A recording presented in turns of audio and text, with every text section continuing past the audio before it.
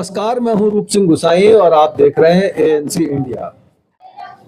सभी दर्शकों का बहुत अभिवादन है और आज हम इस वक्त मौजूद हैं द्वारका विधानसभा में जी। और मेरे साथ हैं यहाँ से निर्दलीय प्रत्याशी अशोक जिंदल जी। जी नमस्कार।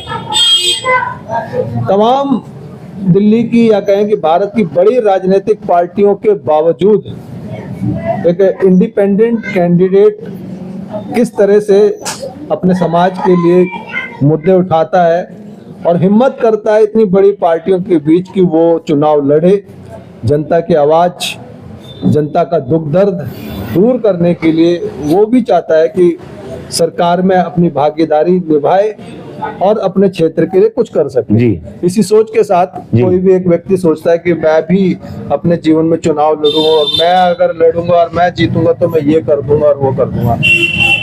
और तमाम जैसे पार्टियां हैं सालों से वही मुद्दे, वही पानी, बिजली, सड़कें और वहीं के वहीं रह जाते हैं लोग।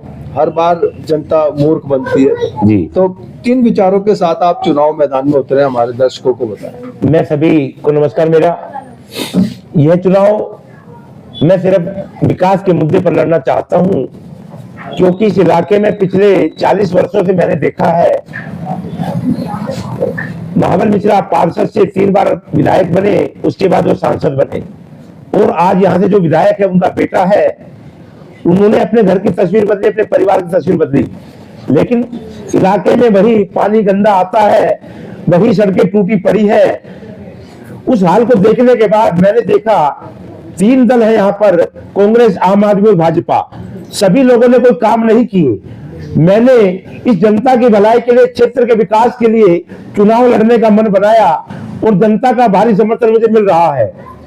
चुनाव जीतने के 100 दिन के अंदर मैं पानी पर काम करूंगा, सड़कों पर काम करूंगा, ये मेरा इरादा काम का है। मैं जनता से ये भी कहना चाहूंगा, अगर पहले 100 दिन के अंदर काम नहीं कर पाया तो मेरा इस्तीफा मांगना, मैं इस्तीफा दूंगा। सर, आपसे लड़ने की कोशिश करते हैं, भारतीय जनता पार्टी के सिपाही रहेगा, पार्टी को छोड़ी आपने? पार्टी इसलिए छोड़ी कि पार्टी में जो भी नेता आते हैं पैसे, टिकट लेकर आते हैं पैसे से, पहले वो पैसे को डबल करना चाहते हैं, क्षेत्र में विकास नहीं करते। यही कारण है, बस यही कारण है। उसके अलावा मुझे क्षेत्र का विकास चाहिए। जब इनसे पूछे जाते हैं काम कौन करेगा तो ये कहते हैं कि ये काम तो लीगल नहीं है। अरे भैया, जनता से आपने वोट लिया, उनका सड़क कौन बनाएगा, पानी की व्यवस्था कौन करेगा? केजरीवाल आज 2100 रुपए की स्कीम लेके आता है। अगर उन लोगों ने क्षेत्र में काम किए होते तो आज 2100 की स्कीम नहीं लानी पड़ती।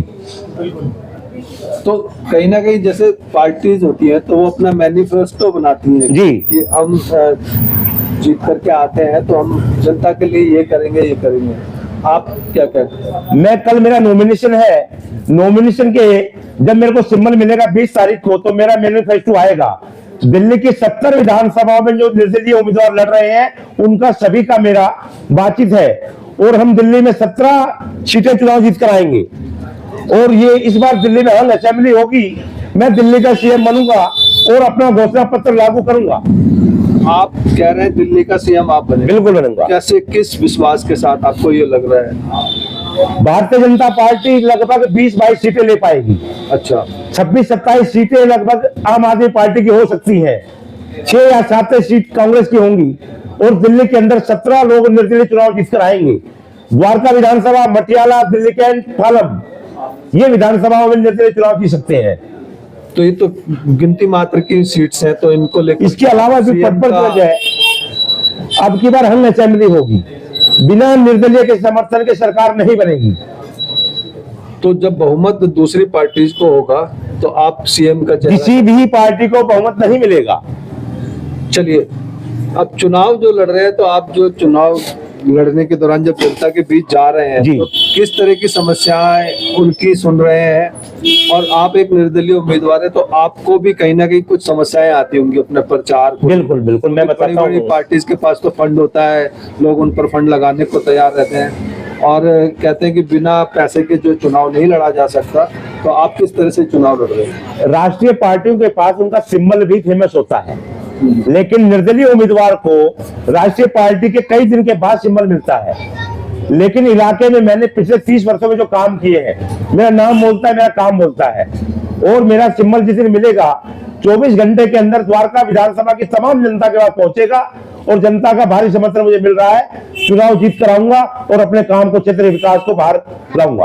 अंत में कुछ संदेश देना चाहेंगे सर? अंत में संदेश है जनता के नाम मेरा एक, कि आपने सभी पार्टियों को बार बार देखा है। आम आदमी पार्टी का जो विधायक है पिछले 5 साल से उसके काम आपने देखे हैं, क्षेत्र में गंदगी के अलावा कुछ नहीं है।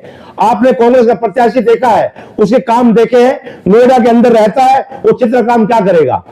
भारतीय जनता पार्टी का उम्मीदवार जिसको इलाके की समस्या सुनने का समय नहीं है, तो मैं आपसे निवेदन करूंगा, इस बार दलों की राजनीति बाहर आइए और निर्दलीय व्यक्ति को सुनिए, उस पर विचार करिए, उसको वोट करिए, ताकि क्षेत्र का विकास हो सके।